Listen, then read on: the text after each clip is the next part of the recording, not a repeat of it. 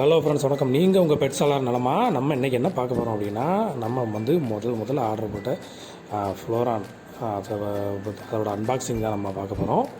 நம்ம இது வந்து சென்னையிலேருந்து ஆர்டர் போட்டு எடுத்துருக்கோம். சென்னையில் வந்து அருண் டி அப்படின்ற ஒருத்தரை கான்டாக்ட் பண்ணி ஃபேஸ்புக் மூலிமா கான்டாக்ட் பண்ணி நம்ம அவர்கிட்டருந்து எடுத்துருக்கோம்.